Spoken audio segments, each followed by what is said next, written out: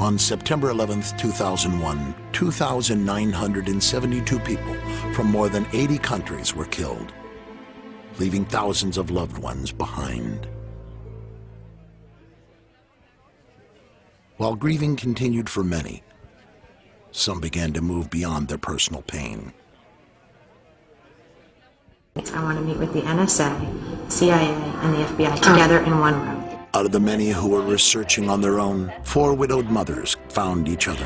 New Jersey residents Mindy Kleinberg, Patty Casaza, Lori Van Auken, along with Kristen Breitweiser, became known as the Jersey Girls. We became friends and like-minded. We all had questions. We all had questions, and we wanted answers. I have questions myself. I had many questions after 9/11. I'd like to know about the whole Sandy Berger thing. That just seems weird, and it seems to me that Bush and Clinton were in on that one, both sides. I'd like to know about that one. You have a right to peacefully, reasonably question your government. You have a responsibility to do that. At the top of the family's growing list of questions, why had the U.S. military defenses failed to stop any of the 4 hijacked planes? The FAA alerted U.S. air defense units of a possible hijacking at 8:38 Tuesday morning. The last plane was reported to have crashed in Pennsylvania just after 10 a.m. That's almost 2 hours, you know, where planes were flying around the skies of the United States with no military response. How could Flight 77, which reportedly hit the Pentagon, had flown back towards Washington, D.C. for 40 minutes without being detected by the FAA's radar or even the superior radar possessed by the U.S. military? Only 2 days after the invasion of Afghanistan, the Times of India reported the FBI discovered credible evidence that $100,000 was wired to alleged hijacker Mohammed Atta by 9/11 paymaster Omar Saeed Sheikh on the orders of the ISI director, Lieutenant General Mahmoud Ahmed.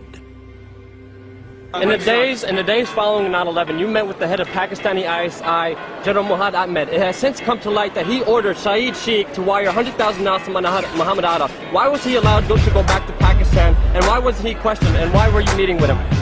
I met with him to deliver a message that if he didn't stop supporting the Taliban, we would take him out. Why did we let him go? We let him fly freely. We never investigated him. We never even looked into him. But look, there's a thing called diplomatic passports. Why did the Bush administration cover up the fact that the head of the Pakistani intelligence agency was in Washington the week of 9/11 and reportedly had $100,000 wired to Mohammed Atta, considered the ringleader of the hijackers? They wondered about the lack of immediate response by the president and his Secret Service detail. President Bush was in a Florida elementary school classroom that morning, where he sat for more than 7 minutes after being informed of the second attack. Why did the Secret Service allow Bush to complete his elementary school visit, apparently unconcerned about his safety or of that of the school children?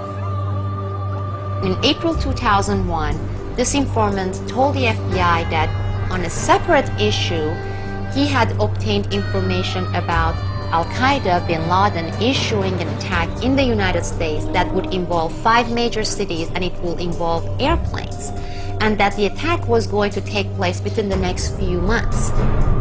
We met other whistleblowers on the side of the road in Maryland.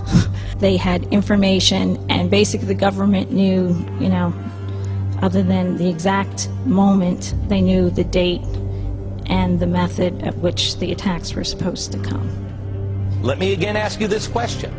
If you believe that about your government, wouldn't you want to find out who in our government was trying to kill innocent Americans? 3,000 innocent Americans? Wouldn't that be a top priority?